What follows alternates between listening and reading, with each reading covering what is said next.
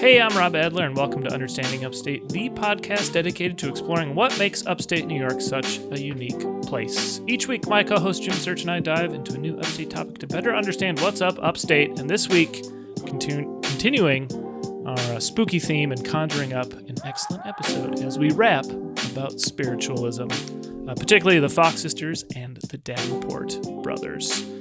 Exciting stuff, Jim. Exciting stuff. This is the terrifying season that we are in. It's true. Things are about to get a little spooky. We're gonna get some knocks and some raps. Some ghosts might. I really wanted to pitch doing a seance to see if we could get one of the Fox sisters or Davenport Brothers as a guest on the show. Nah, that'd be pretty cool. That'd be pretty cool. I'm all set. I'm all set with seances, man. If you want to do that, you're more than welcome to. But I'm gonna go ahead and sit that one down because I have seen enough horror films and the like to know what happens when you summon someone from the other side and who dies first. So sure. Oh, sure. Yeah, that's fair. Nah, dog. I mean, look, that's a hard pass. For any listeners, if you hear any like background sounds, it's definitely not my cat who's sitting over my shoulder right now within earshot of the mic. It could be a ghost. You know, who knows? Who knows, Jim? Yeah, we don't. We don't know that. What I do know, though, is that you guys, to ward off any potential, evil spirits, there's one thing you can do, and that is subscribe, rate, and review this show, because we all know ghosts hate poorly reviewed podcasts. They do. They do, right? Well-known fact. Trust us, they do.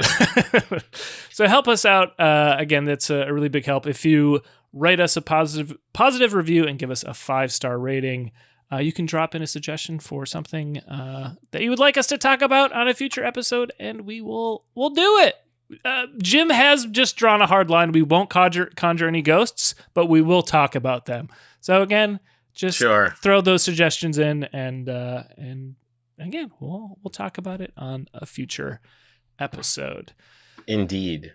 But we can't talk about the future too much because we got a full topic today, talking kind of about the roots of modern spiritualism, which are firmly planted in upstate New York, as it were, through mainly through the Fox sisters, but the Davenport Brothers were another prime example of that movement from the 1800s. So should we jump into it?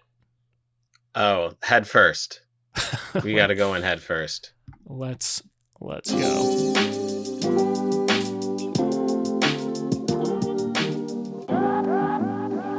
All right, so first up, we're going to talk about the Fox sisters. They were a little bit more prominent, and again, are kind of seen as the main driving force for this movement. So let's jump into it. The Fox sisters were 3 sisters from Rochester, New York, who played an important role in the creation of spiritualism. Leah, who was born in 1813, Margareta, who was born in 1833, and Catherine, who was born in 1837. It's important to note that Leah is like 20 years older than Margaret, also known as Maggie, and Catherine, also known as Kate. The 2 younger sisters used rappings to convince their older sister and others that they were communicating with spirits. Their older sister then took charge of them and managed their careers for some time. So let's get into the early years of the Fox sisters.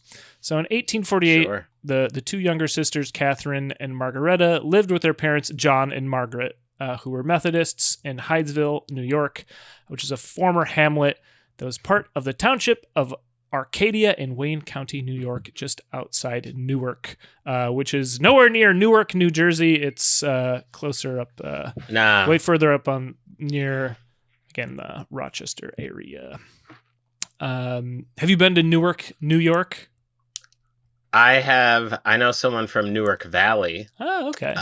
But I don't. I can't say definitively that I've been to Newark, New York. Okay. So Sure. There's only so much upstate one man can hold in his brain. There's a lot of it, man.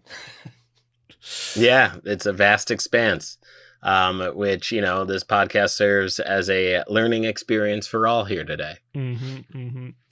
So the girls had been born and raised in or near Concession, a tiny village in Prince Edward County, Ontario, where their father owned a farm. The family moved to Hydesville in 1847. The house they lived in was reputed to be haunted, yet it was reported to have been a prank. The sisters claimed later in 1888 that they made the sounds by cracking their knuckles in other joints as well as other means, which we'll get into more into later. By that time, though, 40 years later, the sisters were famous mediums. Margaretta Fox, in her later years, noted that the neighbors were sure that the house was haunted, reputedly after a man who had been murdered in the house by a, quote, allegedly falsely accused man named Bell. Kate and Margaretta were sent to nearby Rochester during the excitement. Kate to the house of her sister Leah, now married and known as Leah Fox Fish, and Margaretta to the home of her brother David, and the rappings followed them. Well, I wonder why that is. Yeah. Amy and Isaac Post, a radical Quaker couple and long-standing friends of the Fox family, invited the girls into their Rochester home.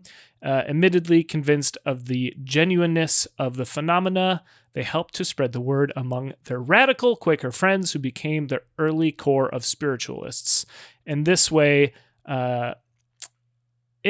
appeared the association between spiritualism and the radical political causes such as abolition, temperance, and equal rights for women. That's quite an interesting parallel or connection to draw. Is the ghosts are on the right side of history, I suppose.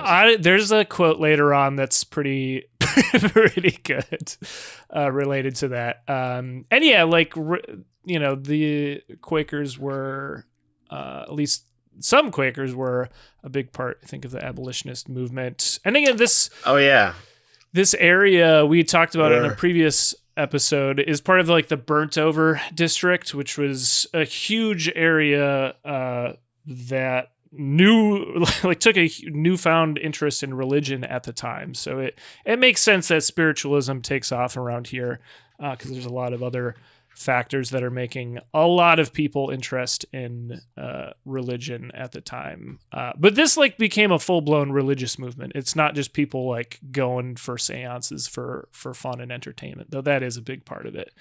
But it kind of takes off full force here. Let's see. So let's get into kind of their professional emergence as mediums. On November 14th of 1849, the Fox sisters demonstrated their spiritualist rapping at the Corinthian Hall in Rochester. And this was actually sponsored by Amy and Isaac Post. They fronted the money for this because they were so impressed. And again, they bought in 100% that this was legit. This was the first. This wasn't sponsored by Monster Energy drink. No, I looked anything of the like. I looked. I was like, oh, is this the Post cereal family? No relation, unfortunately. No.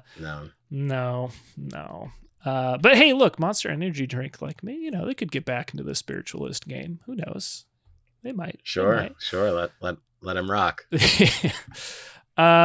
So this is the first demonstration of spiritualism held before a paying public and inaugurated a long history of public events featured by spiritualist mediums and leaders in the United States and in other countries. There had been, again, I think at the beginning I said this is modern spiritualism, modern seances, right? There certainly had been people claiming that they could talk with the dead going back a long time, right? But this is the creation of a formal entertainment for it, right? And again, with these religious tie-ins and whatnot. Kate and Margaretta became famous mediums, and they held seances for hundreds of people. Many of these early seances were entirely frivolous, where sitters sought insight into, quote, the state of railway stocks or the issue of love affairs? Sure. Oh, this is like what's her name? The psychic. I forget her name. But yeah, this is like the precursor to the psychic hotlines. Oh, totally. Oh God, Miss Cleo? Is that her? Yes, yes, Miss Cleo. This gives real Miss Cleo energy for sure. And any sort of just like, like a psychic stand that you have at like a fair where it's like, hey, give me like $1 and I'll tell you your future. No, they walk so Miss Cleo could run away with a lot of people's money. There it is, man. So we've got Horace Greeley. He was a prominent publisher and politician. He became kind of a mentor for them, enabling their movement in higher social circles. Maggie, Kate, and Leah embarked on a professional tour to spread word of the spirits, booking a suite fittingly at Barnum's Hotel on the corner of Broadway and Maiden Lane, an establishment owned by cousin of the famed showman P.T. Barnum. An editorial in the Scientific American scoffed at their arrival, calling the girls, quote, the spiritual knockers from Rochester. They conducted their sessions in the hotel's parlor, inviting as many as 30 attendees to gather around a large table at the hours of 10 a.m., 5 p.m., and 8 p.m., taking an occasional private meeting in between. Admission was $1, and visitors included preeminent members of New York society, including Horace Greeley, who was an editor at the New York Tribune, James Fenimore Cooper, editor and poet. I wonder if that's Cooper Union Cooper. Editor and poet William Cullen Bryant, and abolitionist William Lloyd Garrison, who witnessed a session in which the spirits rapped in time to a popular song and spelled out a message: spiritualism will work miracles in the cause of reform. So it's safe to say the ghosts knew their audience. Yeah, and I have very mixed feelings about this right now. Not gonna lie, is if you want to grift, for your own personal gain, sure.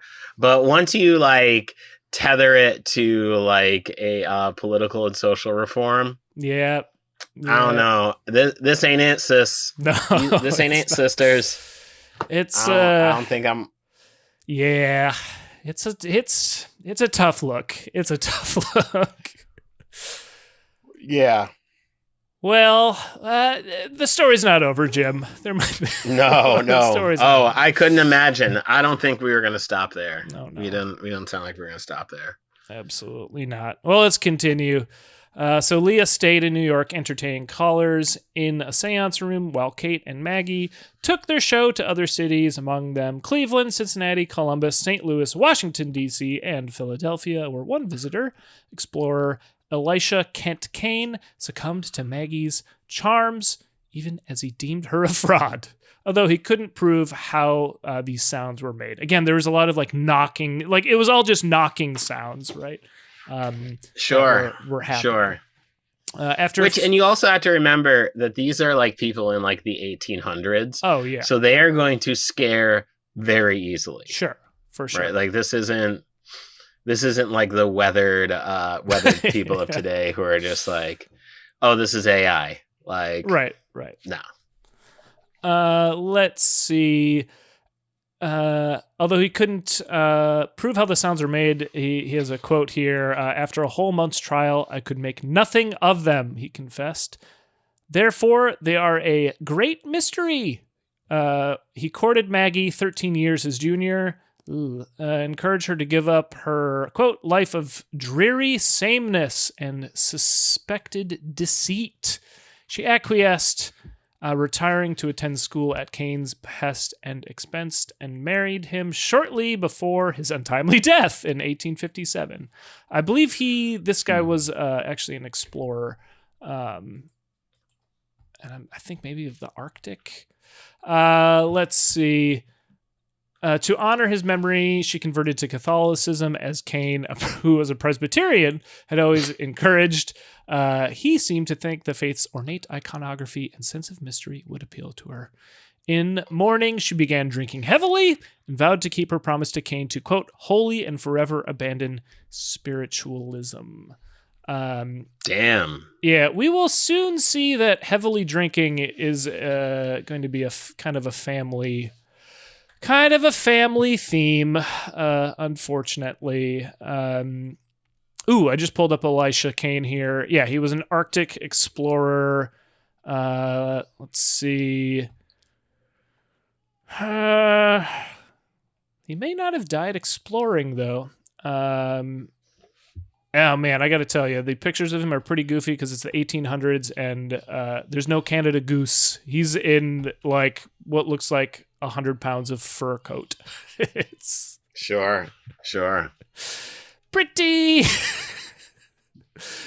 impressive winter jackets. At any rate, let's get back here. So Kate, meanwhile, married a devout spiritualist and continued to develop her medium powers, translating spirit messages in astonishing and unpredicted ways. She would communicate two messages simultaneously, writing one while speaking the other, transcribing messages in reverse script, utilizing blank cards upon which words seemed to spontaneously appear. Oh, that's a cool trick.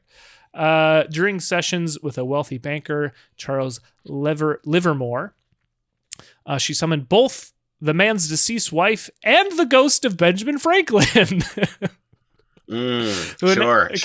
Yeah, that makes sense. That totally makes sense. That is pretty cool. Who announced his identity by writing his name on a card. Her business boomed during and after the Civil War, as increasing numbers of the bereaved found solace in spiritualism. Ugh. I was gonna say, man, there's a lot of dead people, man. True. That's a big business. And to be honest, if we look at this objectively, there's really nothing more American than capitalizing on grief and pain. So that's true. All right. I see you, sis. Prominent spiritualist Emma Harding wrote that the war added 2 million new believers to the movement. By the 1880s, I mean, wow, yeah. There were an estimated 8 million spiritualists in the United States and Europe. These new practitioners, seduced by the flamboyance of the Gilded Age, expected miracles, like Kate's summoning of full-fledged apparitions at every seance. It was wearying both to the movement and to Kate herself, as she too began to drink. Again, kind of getting in too deep, is the idea. Sure. Well, yeah, I mean, like, I feel like, obviously I don't know these ladies by any stretch, but I feel like, you can only, like, lie to people for so long until, like, your lies just start catching up and you have to cope with it somehow. I mean, unless you're like a full sociopath, then this is fine. That's true. I mean, at this point, they've been doing it for a while, man. They've been doing it for like 30 years by the 1880s. So like, okay. But that's, I think, towards the end of their career. But this is a good pivot because we're kind of critiquing them a little bit, and there were a lot of criticisms at the time of them, which shall we talk about? Should we get into some of the criticisms? Let's get into it.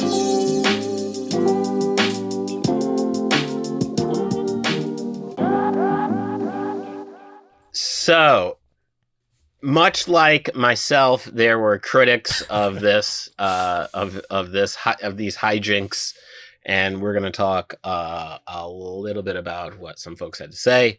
Beginning in 1850, some critics concluded that the girls made the wrappings themselves. They're right, including physician E.P. Longworthy, John W. Hearn, Reverend John M. Austin, and Reverend D. Potts. In 1851, the Reverend C. Chauncey Burr wrote in the New York Tribune that the cracking toe joints, the sounds were so loud they could be heard in a large hall. In the same year, investigators from the University of Buffalo concluded that the wraps were made by cracking joints of the body and that the wraps would not occur if they had cushions under their feet. Those are some, though. not for nothing, those are some like prolific joint cracks. Like, you know, I'm 36 now. I got some creaky bones starting to come up, and I don't think I could sit in Carnegie Hall and, you know, let my elbow cracks fill the whole room, right? Like, it's still impressive. They're so sufficient at cracking their toes that they are fooling some people. They can crack their toes in rhythm to songs. That's pretty great. It's pretty good. Well, I think. Well, and also here's the other thing, right? Is that when you convince people through illogic, no amount of logic is going to dissuade them. Oh, sure. Yeah. You've convinced someone through of the supernatural, so even though you can provide real evidence, sure, they don't care. Yeah, this ain't that. I'm willing to make a bet here that a lot of people were not dissuaded by any of the solid evidence being brought here. So, in 1851, Mrs. Norman Culver, a relative of the Fox family, admitted in a signed statement that she had assisted them during the seances by touching them to indicate when the taps should be made. Ooh, they got a rat. She also claimed that Kate and Margaretta revealed to her the method of producing the wraps by snapping their toes and using their knees and ankles. See? The guy gave up. I'm still impressed, man. 3 shows a day with all these crack. Like, I can maybe crack my knuckles once. I can get like a good wrist pop in every so often, but like, well, if you're pulling in the amount of money that they're pulling in, I bet they're going to do this. Yeah. Oh, you're going to find a way. You're going to make this happen. Charles Grafton Page, a patent examiner and patent advocate, had developed a keen eye for detecting fraudulent claims about science. In his book, Psychomancy, from 1853, Page observed that the rapping sounds came from underneath the girls' long dresses. Hell of a name for a book. I want to find a copy of Psychomancy. Psychomancy? But I digress. Sure. That's neither here nor there. In 1857, the Boston Courier set up a prize of $500 to any medium who could demonstrate a paranormal ability to their committee. The Fox sisters made an attempt and were investigated by a committee which included the magician John Wyman. The committee concluded the raps were produced by bone and feet movement, and thus the Fox sisters failed the challenge. A report by the Sabert Commission in 1887 stated that after investigating various mediums, including Margaretta, the phenomena could have easily been produced by fraudulent methods. The report noted that the raps were heard close to Margaretta's, and the seance sitter, Professor Furness, had felt pulsations in her foot. Y'all getting dealt with, man. You can only fool some of the people some of the time. But again, there's still going to be diehards that are just like fake news. Sure. Fake news. Because then here's what happens, right? And this is we're seeing it today, is if you then now go, oh yeah, all of this wasn't true or all of this was a fraud, that makes you look like an idiot. Jim, and you don't want to do that. Get ready. Get ready. It might happen in a little bit. Okay. I'm ready. I'm ready to hear it. Yeah. Kate was examined by William Crookes, the prominent physicist between 1871 and 1874, who concluded the raps were genuine. Ooh. However, Crookes was described as gullible, and the mediums he investigated were caught using trickery. So they got Dr. Nick from The Simpsons to come in and be like, "Hey, this is fine," and then everyone's like, "Wait, but you're not a real doctor." He's like, "True." Harry Houdini, the magician who devoted a large part of his life to debunking spiritualist claims, provided this insight.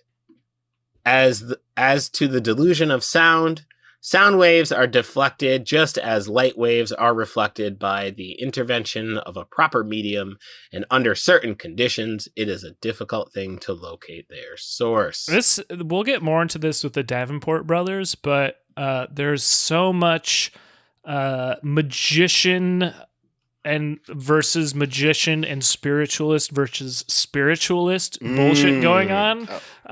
Very much. If you ever seen the movie The Prestige, and there's another one I forget with Edward Norton that came out at the same time, like magicians going at each other, which definitely happened. Like, sure, like trying to reveal each other's tricks and shit. And yeah, what are you doing, Houdini? Like, come on, let other people have their grift. What a dick.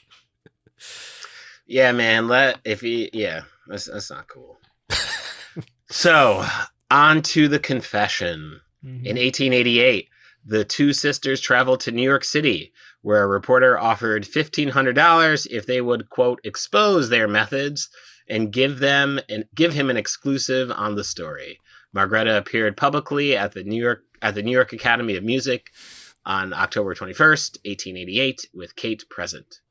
Before an audience of 2,000, Margaret demonstrated how she could produce, at will, raps audible throughout the theater.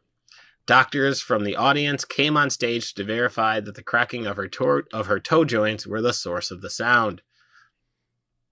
Margreta told her story of the origins of the mysterious rappings in a signed confession given to the press and published in New York World, October 21st, 1888. In it, she explained the Hydesville events. Later career and recantation. Margreta expanded on her career as a medium after leaving the homestead to begin her spiritualist travels with her older sister, Mrs. Underhill. Margreta used new methods of creating raps by using muscles in her lower leg. She can't stop. Yeah. She can't stop the grift, baby. Pressured by the spiritualist movement and her own dire financial circumstances, Margreta recanted her confession in writing in November 1889, about a year after her exhibition. That money slowed up. Well, when you say it's all fake, yeah. Yeah. And then she's like, I was lying. It was real. And listen, the thing is people are fucking dumb enough to be like, yeah, you know what? Sure. She had attempted to return to spiritualist performances, but never again attracted the attention of paying clientele of the sisters' earlier audiences. Sure. Yeah, she just kept the lie, man. Just kept on going. Bones in the childhood house. Mm-hmm. Ooh. In 1904, remains were found in the cellar when a false wall fell down. The Boston Journal published a story about the discovery, claiming that it was the body of the supposed peddler on November 22nd, 1904. However, the police at the time didn't open the investigation, as a physician who examined the bones found that it consisted of random bits of bones, including chicken bones, and concluded they had been placed there as a practical joke. Whoop. Whoop. Oh boy. Oops. A few years later, a peddler tin box was claimed to have been found in the cellar along with the remains, although there is no mention of the box in earlier accounts of the finding. The remains and the tin box are now in the Lily Dale Museum. Skeptical researcher Joe Nickel concluded after researching the box that at least part of the bones were those of animals, and continuation of the hoax. There has been no confirmation that the peddler existed. The alleged false wall appears to be due to an expansion of the foundation, not the concealment of the secret grave. Sure. Yeah, no, this tracks. But again, pretty elaborate. They're like, maybe we should go back to the old homestead and put a fucking box of chicken bones in the wall or something. Like, running out of money, man. There's some commitment to the bit here. No shame in their game. Yeah. Leah, on the death of her first husband, married a successful Wall Street banker. Good for her. Margreta met Elisha Kane, the Arctic explorer, in 1852. Kane was convinced that Margreta and Kane were engaged in fraud under the direction of their sister Leah, and he sought to break Margreta from the group, as we heard. Kane married Margreta nonetheless, and she converted to the Roman Catholic faith. When Kane died in 1857, she returned to her activities as a medium. Said, I'm going to just let me just run the clock on you. Seems like she didn't have much faith that his ghost would be checking in on her. Right? I wonder why. See, this is the thing, right? And this is why you don't fuck with the other side, man, is because, like, you don't know who you're dealing with. And if you're trying to grift, the other side. Sure. That's no good, man. Well, like, Ghostbusters hadn't come out yet, like, how would they know, Jim? How would they know? I mean, well, now they do. So that's true. They didn't know then, but now they know. That's true. In 1872, Kate married H.D. Jenkin, a London barrister, legal scholar, and enthusiastic spiritualist. Jenkin died in 1881, leaving Kate with 2 sons. In 1876, Margreta joined her sister Kate, who was living in England. Overseas with the grift, baby! Over the years, sisters Kate and Margreta had developed serious drinking problems. Around 1888, they became embroiled in a quarrel with their sister Leah and other leading spiritualists, who were concerned that Kate was drinking too much to care for her children. Oh. At the same time, Margreta contemplated a return to the Roman Catholic faith, became convinced that her powers were diabolical. No, I mean, it's not the devil, it's just... Sure. I think you're giving the devil a lot of credit here. It's just arthritis. Yeah, that's just air in the pockets of the bones. Kate died at her home at 609 Columbus Avenue in New York City on July 3rd, 1892. Less than a year later, Margreta, deep in alcoholism, was living on charity as the sole tenant of an old tenement house at 456 West 56th Street. She was taken to the home of spiritualist Mrs. Emily B. Ruggles, 492 State Street in Brooklyn, where she died on March 8th. I lived really close to that. Sure. I lived down the street from that building. It's not too far from Jay-Z's old apartment. 560 State Street. It's the next block over. All right. Sorry.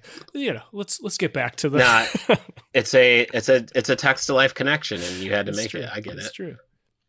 All 3 sisters are interned in Brooklyn, New York. Margreta and Catherine in Cypress Hills Cemetery, and Leah with the Fox family in Greenwood Cemetery. Which I was just at Greenwood Cemetery. I should have paid her a visit. Next time I will. So, and you should pay a visit there. But the grift doesn't stop there, folks. No. We still got some more hustlers on deck in the form of the Davenport Brothers. Rob, tell us more about that. Let's talk about Ira and William, shall we?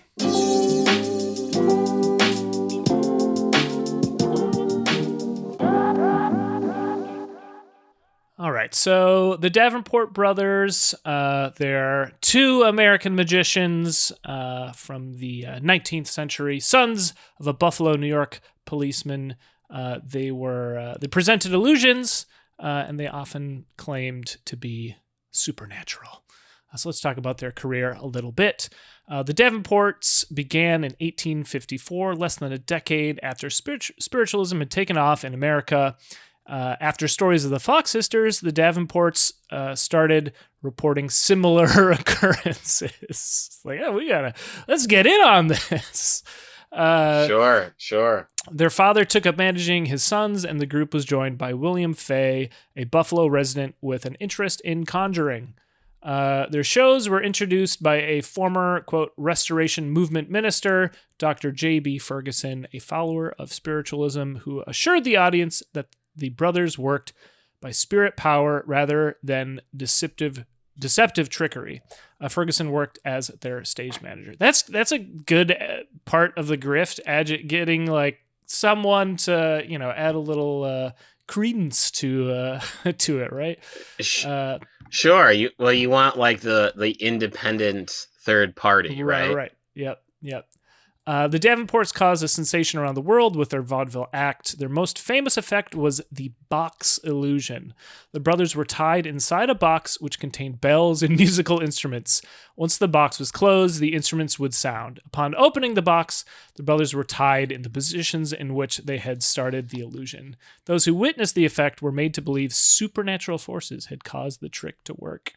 The Davenports toured the United States for 10 years and then traveled to England, where spiritualism was beginning to become popular. Their spirit cabinet was investigated by the Ghost Club, who were challenging their claim of being able to contact the dead, which the Ghost Club is, it's like... Charles Dickens was a member of the Ghost Club. They again investigated right. magicians and tried to debunk fraudulent supernatural claims, which is pretty it's a fun name, the Ghost Club. Why not? You got to do something. It's the 1800s. The result of the Ghost Club's investigation was never made public. In 1868, the team was joined by Harry Keller. Keller and Fay eventually would leave the group to pursue their own career as a magician team. William Davenport died on July 1st, 1877, at the Oxford Hotel in King Street, Sydney, aged just 36 years old, and during a tour of Australia and New Zealand. His death was attributed to pulmonary consumption. The brothers had arrived from New Zealand 3 weeks previously. During the performances there, William had, quote, broke a blood vessel and came to Sydney under the advice of his medical attendants. In 1859, Ira and Fay revived the act, but failed to attract an audience. Ira died in New York in 1911. So that's kind of the broad strokes. But let's get into some of the exposures, and this is kind of what I was talking about before with like magician on magician violence. Magician on magician violence. That's funny. And again, there's maybe a confession involved here too. So the Davenport brothers were exposed as frauds many times. The stage magician, many. I usually think it's just once. Sure, right? Sure. But there's there's no TikTok. You got to go viral in every market, right? Let's see. So the stage magician John Neville Maskelyne saw how the Davenport's spirit cabinet illusion worked, and stated to the audience in the theater that he could recreate their act using no supernatural methods. With the help of a friend, cabinet maker George Alfred Cook, he built a version of the cabinet. Together, they revealed the Davenport brothers' trickery to the public at a show in Cheltenham in England in June 1865. So I think he rushed the stage and said, "This is bullshit. Come to my show later," which is literally something that happens in The Prestige. The character rushes the stage and is like, come on over across the street, and I'll show you the real deal. Wow. Violence. I get pretty entertaining if you're there for a show and someone rushes the stage and is like, I'm a better magician, though pretty shitty, because then you gotta pay money to go see his show to see, That's very Kanye West. Indeed. Very Kanye West. Indeed. Magicians including John Henry Anderson and Jean-Eugène Robert Houdin worked to expose the Davenport brothers, writing exposés and performing duplicate effects. Edward Dicey, who attended a seance in 1864, observed that there were a host of circumstances which suggested purposely designed trickery, and described the Davenport's performance as a, quote, mere conjuring trick of no very high order. Brutal. He concluded that, ouch, quote, all but the most confirmed believers will admit that if it had been shown the Davenport brothers can slip their hands out of the ropes, there's nothing supernatural or even extraordinary to explain in the exhibition. Dicey noted that the Davenport brothers employed 3 companions during the seances, which was suspicious. So again, kind of having like plants, which we're talking about. Yeah, man, they got a whole staff of liars. It gets better, Jim. It gets better. Gymnasts John Hulley and Robert B. Cummins followed the brothers around Britain, and at a seance in Liverpool on February 15th, 1865, they were selected by the audience to tie the brothers. They tied the Davenports into their box with a tomfool's knot that could not be easily removed, and thus exposed the trick to audience who demanded their money back. Brutal. The brothers were unable to tie themselves from the knot, and Ira complained that the rope was too tight. Ira had begged their stage manager, J.B. Ferguson, to cut the knot with a knife and received a hand wound in the process. The crowd was angry, and a riot erupted with a cabinet being smashed.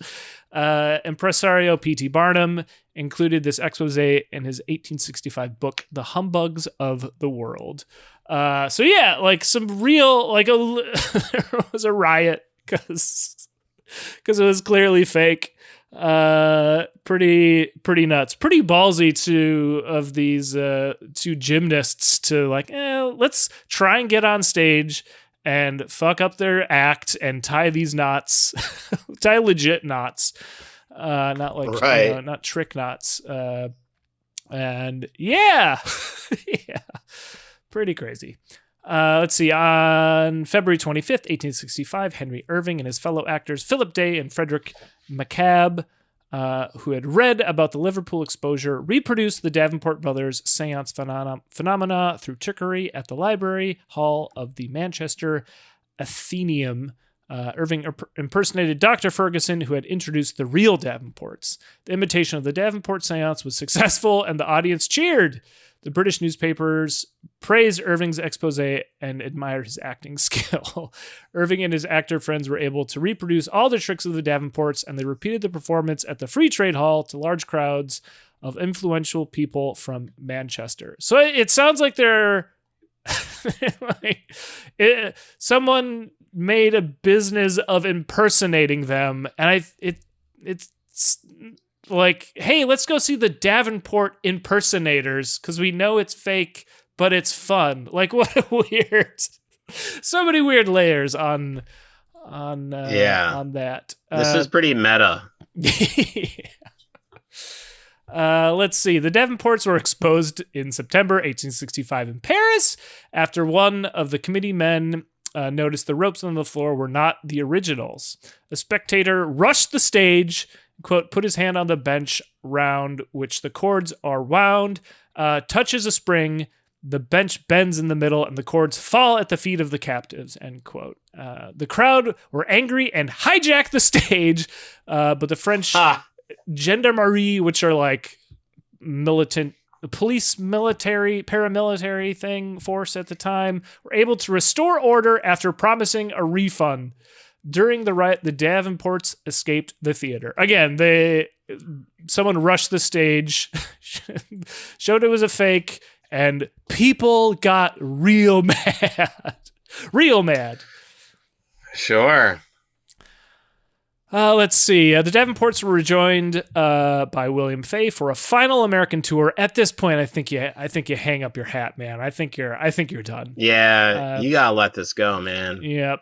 And this was before William Henry's death in 1877.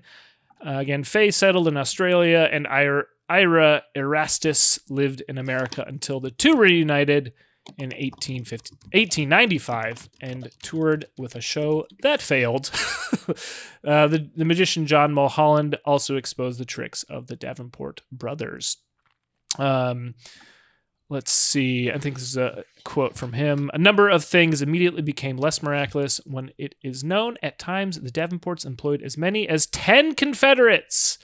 It was a night when a Confederate was used that Alexander Herman, the stage magician, known as Herman the Great, described in an article in the in the article in the Cosmopolitan magazine. The performance was being given in Ithaca, New York, and many Cornell college students were in the audience. They had brought, quote, pyrotechnic balls so made as to ignite suddenly with bright light. When the lights were struck, the Davenports were found to be on opposite sides of the stage waving musical instruments around in the air. I mean, that's pretty fun. You're getting Cornell students involved. Like, got a good science department here. Let's get some pyrotechnics going. That's pretty cool, right? Hopefully they got credit for this work. They should deserve it. They deserve it if they didn't get it. I mean, it sounds like they're, the Davenports kind of like teleported around. It's pretty cool. That's pretty cool. I don't know. I like the Davenports. They're just trying to be magicians. Yeah. They're not, they didn't try, the Fox sisters were really involved in some, I don't know, grisly grift, really taking advantage of people. These guys just wanted to put on a show. Come on. Yeah, I to that point, right? Like they didn't like summon like dead family members, right? Or like, Benjamin Franklin. Right. Like I have a little bit more sympathy for these guys. I walk back the grift. I accuse them of. Yeah, these guys are just kind of putting on a show, I think. But again, they were more in the cutthroat world of magicians at the time, right? I think there's a real separation, but they were inspired by spiritualists to like create a spiritualist magician act, right? Their peers did not like that, evidently. And maybe that's it, right? Like Houdini is definitely a magician. It seems like there is a magician an anti-spiritualist sentiment amongst magicians, right? Who are like they're making a bird disappear and reappear. They're not talking to your dead aunt, right? Right. Anyway, some from the spiritualist community also accepted the Davenports were fraudulent. From 1864 to 69, Pascal Beverly Randolph worked on a biography of the Davenport Brothers, known as the Davenport Brothers, the renowned spiritual mediums. Which was published by the brothers anonymously. I may have to walk back everything I just said, Jim. Randolph had been a friend of the brothers since the mid-1850s. However, he never published the work because he later came to the conclusion that the brothers were, quote, deliberate imposters. In his book, Seership, Randolph publicly admitted that he had been deceived by the brothers and regretted writing the biography. He wrote that, quote, I am now satisfied that the data furnished were wholly untrue and the alleged facts entirely imaginary. In a word, I believe that the DBs are deadbeats. That's fun. Ooh. In other words, that they are skillful jugglers without the slightest real spiritual power about any of their performances.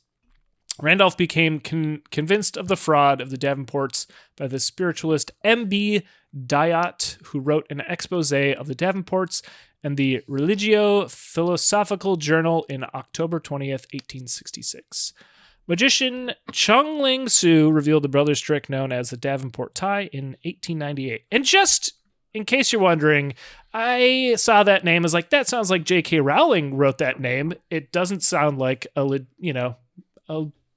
sounds like a made-up name for an Asian person. And sure enough, it's a white man from Westchester who pretended to be a Chinese man. Jesus. Yeah, but it's okay. He died doing a failed bullet catch trick, Jim. So again, we were talking about karma here. The quote from his Wikipedia is extensive use of yellowface. That was his his fucking MO. A, man. Yeah, wild times.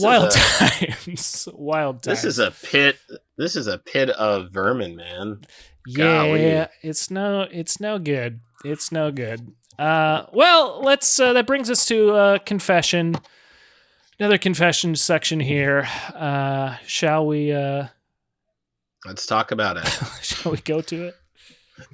So, according to the magician Harry Houdini, Ira had confessed to him that he and his brother had faked their, quote, spirit phenomena. Houdini, in his book, A Magician Amongst the Spirits, also reproduced a letter from Ira claiming, quote, "We never in public affirmed our belief in spiritualism," end quote. The author and spiritualist Arthur Conan Doyle refused to accept the exposures of fraud and insisted that in private, Ira was a practicing spiritualist. And that's the author of Sherlock Holmes. Creator, author of the Sherlock Holmes books, and he refused to accept. So you got Arthur Conan Doyle on one side of spiritualism, and you got Charles Dickens on the other side. It's very, very weird mixture of characters on today's episode. Yeah. In 1998, skeptical investigator Joe Nickel discovered the Davenport scrapbook from the museum at the Lilydale Spiritualist Assembly. Nickel examined newspaper clippings, personal notes, and photographs from the scrapbook. He concluded that Doyle was correct about Ira endorsing spiritualism in private, and Houdini was also correct about their public, quote, spirit phenomenon, end quote, being a result of trickery. According to Nickel, quote, taken as a whole, the evidence of the scrapbook does indicate that Ira Davenport was a practicing spiritualist, or at least pretended to be, although he and his brother used trickery to accomplish the effects they attributed to spirits. So it's all fake and it's all real? What real conclusive. How does this very, very conclusive stuff here.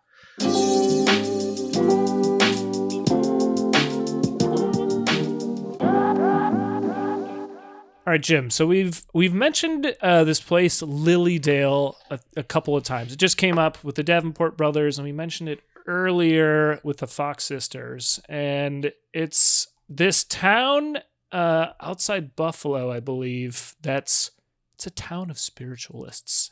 It's this goofy little town. Let's learn a little bit more about Lilydale. I think it's a nice end cap here to our or I guess bookend to our tale of spiritualism and the rise of it with roots in New York, because this is still a hub to this day of spiritualism in upstate New York. Well, let's talk about it. Lilydale is a hamlet connected with the spiritualist movement, located in the town of Pomfret on the east side of Cassadaga Lake, next to the village of Cassadaga, located in northwestern New York. It is 1 hour southwest of Buffalo, halfway to the Pennsylvania border. Lilydale's year-round population is estimated to be 275. They could all fit in the building I live in. Each year, approximately 22,000 visitors come for classes, workshop, public church services, and mediumship demonstrations, lectures, and private appointments with mediums. In recent years, guest lecturers have included Lisa Williams, Dee Wallace, members of Ghost Hunters, Tibetan monks, James Van Praagh, Dr. Wayne Dwyer, and Deepak Chopra. Lilydale was incorporated in 1879 as Cassadaga Lake Free Association, a camp and meeting place for spiritualists and free thinkers.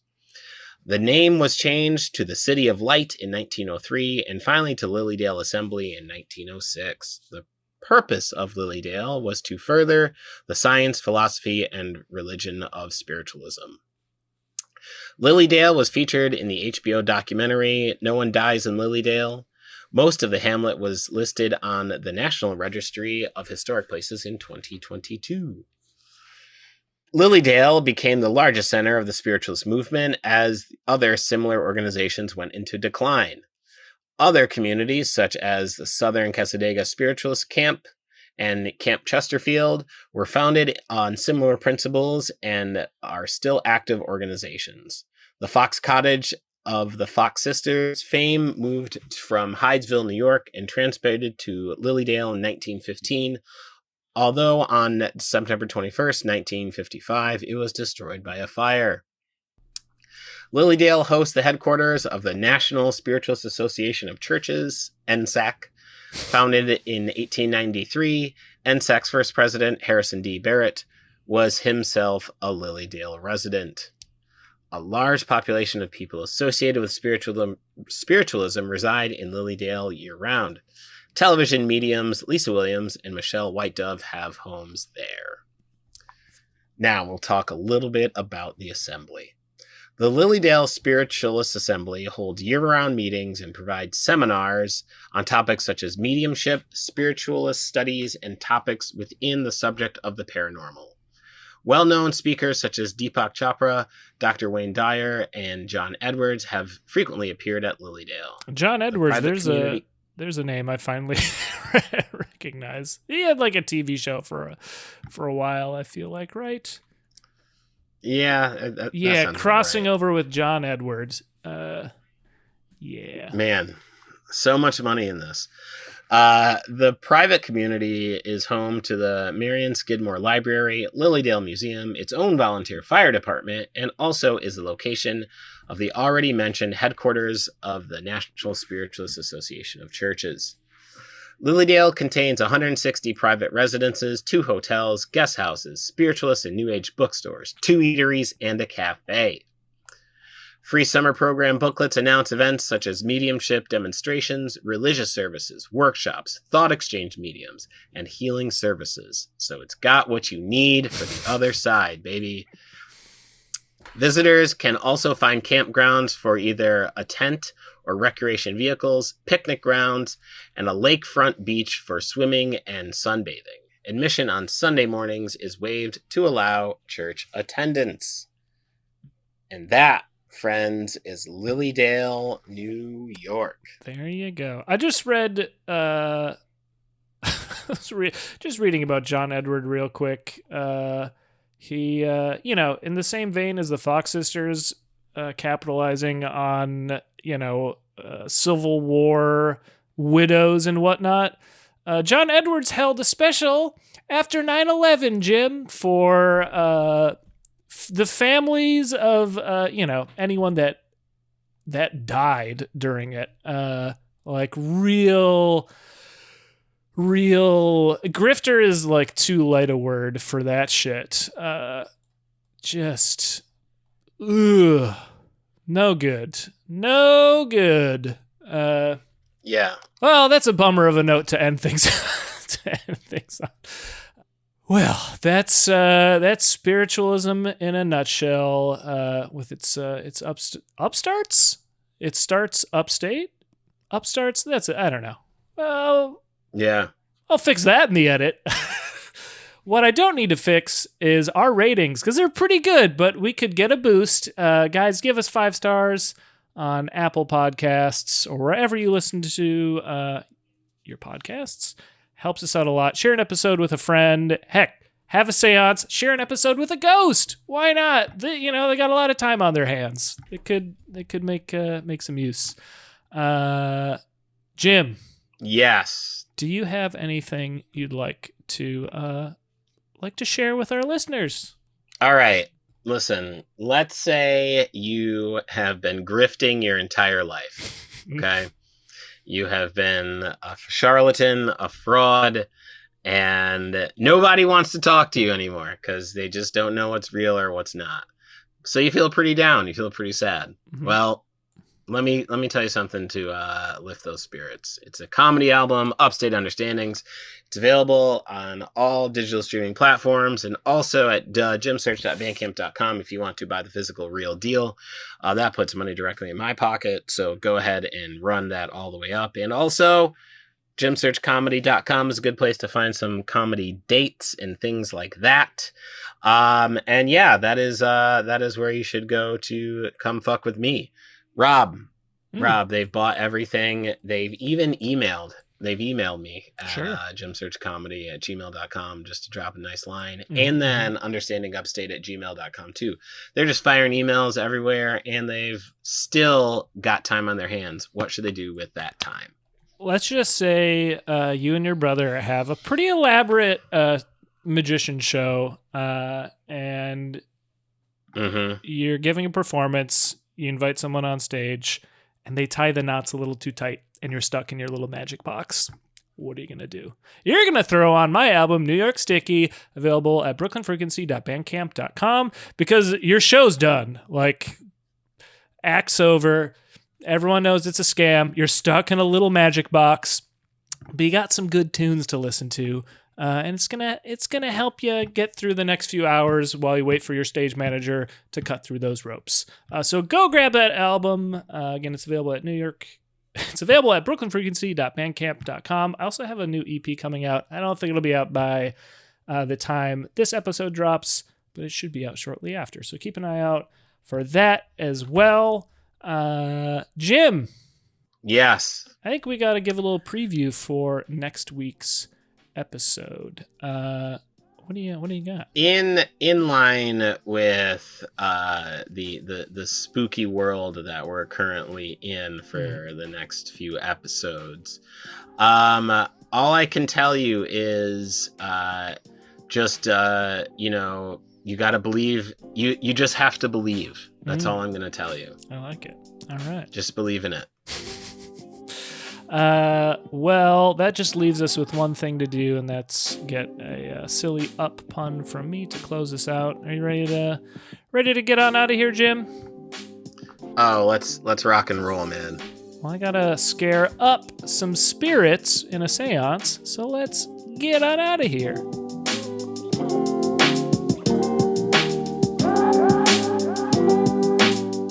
Understanding Upstate is a podcast hosted by Jim Search and Rob Adler, edited by Rob Adler, and music from Regal Monk.